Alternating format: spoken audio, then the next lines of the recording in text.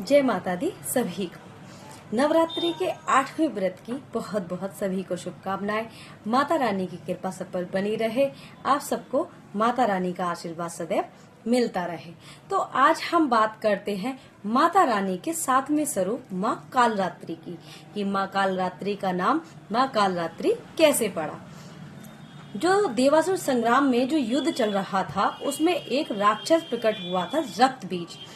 रक्त बीज ऐसा राक्षस था जो जिसकी एक भी बूंद अगर धरती पर गिरती तो उससे एक अलग ही दाना पैदा होता।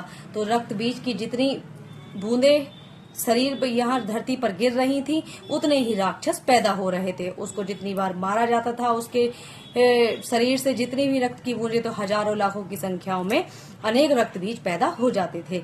तभी माँ भगवती जो है उन्होंने, शिव जी ने उनसे प्रार्थना की कि आप अपनी दैवीय शक्ति, अपनी शक्ति को जागृत करें और कालरात्रि का रूप धारण करें। तभी माँ भगवती, माँ दुर्गा ने अपना कालरात्रि का रूप धारण किया और उन्होंने रक्त बीज जो राक्षस था तो उसका जैसे ही रक्त गिरता वो अपने मुंह में ले लेती। तो रक्त बीज की उन्होंने गर्दन काट के उनका जितना भी रक्त था अपने मुंह में ले लिया, जिससे जितना रक्त था उनके शरीर में सब समा गया और एक भी बूंद रक्त उनका पृथ्वी पर नहीं गिरने दिया, जिससे रक्त बीज एक भी उत्पन्न नहीं हुआ और रक्त बीज जैसे भयानक राक्षस का उन्होंने वध किया।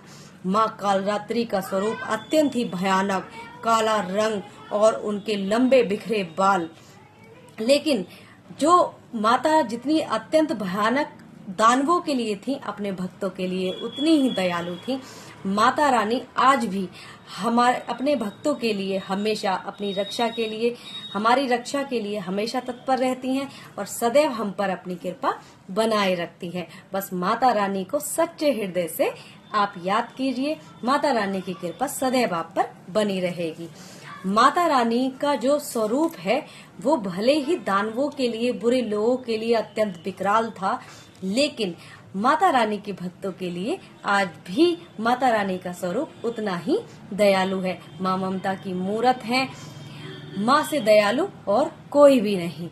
माँ की उपासना करने से बुरी शक्तियों का और पापों का नाश होता है, हमारे शत्रुओं का भी नाश होता है। इसीलिए हमें माता रानी की नित्य दिन पूजा करनी चाहिए और माता रानी पर अपना आशीर्वाद सदैव बनाए रखना चाहिए।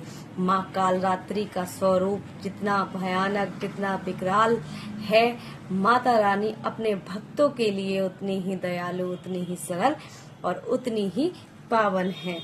माता रानी के इस स्वरूप को हमारा सत नमन। माता रानी की गाथा सबको गानी चाहिए। माता रानी के बारे में सबको पता होना चाहिए। माँ कालरात्रि के दिव्य स्वरूप के बारे में माता रानी की गुणगान खूब सब लोगों को मिलकर करना चाहिए। माता रानी के 8वें दिवस की बहुत बहुत हार्दिक शुभकामनाएं। माँ कालरात्रि की आप पर कृपा बनी रहे। माँ कालरात्रि को मेरा सत नमन। माँ कालरात्रि की कृपा सब पर बनी रहे, सब पर अपना आशीर्वाद रखे माता रानी और सबके सारी बुरी शक्तियों का नाश करें। माता रानी की जय हो। तब तक के लिए आज्ञा दीजिए। कल बात करेंगे माता रानी के 8वें स्वरूप की। तब तक के लिए जय माता दी।